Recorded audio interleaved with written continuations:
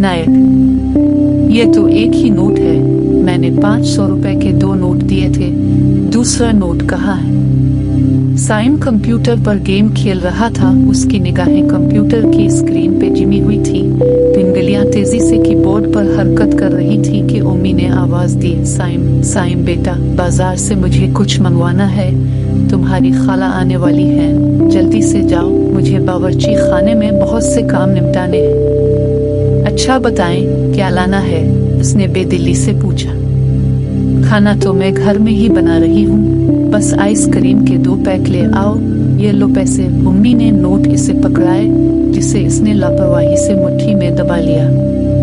सिर्फ चॉकलेट के जायके में ही लाना, अस्मा के बच्चों को वही पसंद है। अम्मी ने ताकीद की। वो झुंझला कर ये सारी हिदायत सुनता हुआ घर से बाहर निकल गया। दोपहर का 1 बजने वाला था और गली में सन्नाटा था। एक तो गर्मी, इस पर खेल अधूरा रह जाना, इसे गुस्सा आ रहा था। अब भी इसका दिमाग खेल में ही लगा हुआ था। वो करीबी बेकरी पर पहुंचा, लेकिन मालूम हुआ कि वहां चॉकलेट फ्लेवर खत्म हो चुका है। 1-2 दूसरी दुकानों पर भी कई फ्लेवर मौजूद थे, लेकिन चॉकलेट के मजे वाली आइसक्रीम नहीं थी। लिहाजा इस सूरत हाल पर मजीद परेशान होता हुआ घर की जानिब रवाना हुआ। अभी अपनी गली में दाखिल हुआ ही था कि उसे जमीन पर 500 रुपए का एक मुड़ा हुआ नोट पड़ा दिखाई दिया। उसने फौरन अलिफाटे कर यकीन कर लिया कि नोट बिल्कुल असली है। इसके वालिदैन ने हमेशा यही हिदायत की थी कि रास्ते में पड़े पैसों को इसके मालिक तक पहुंचाओ, करीबी मस्जिद के चंदे के डब्बे में डाल दो। वो कुछ देर तो खड़ा इंतजार करता रहा कि कोई शख्स पैसे ढूंढता हुआ नजर आए, लेकिन जब कड़कती धूप में वो पसीने में डूब गया और कोई आया भी नहीं, तो उसने ये नोट मस्जिद के चंदे वाले डब्बे में डाल दिया।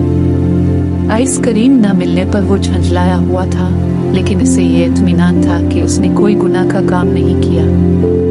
उन्हीं सोचों में गुम वो घर पहुंचा। उम्मी, अपने इतनी गर्मी में मुझे बाहर भेजा, और देखी चॉकलेट फ्लेवर तो मिला भी नहीं। उसने नोट वापस उम्मी को थमाए। अरे ये क्या? ये तो एक ही नोट है। मैंने 500 रुपए के 2 नोट दिए थे, दूसरा नोट कहाँ है? उसकी उम्मी ने हैरानी से पूछा। क्या ऐसा कैसे हो सकता है? वो चौंक। अब साइम की समझ में सारा मामला आ चुका था कि जमीन पर पड़ा हुआ नोट बेधीनी में इसी के हाथ से गिर गया था।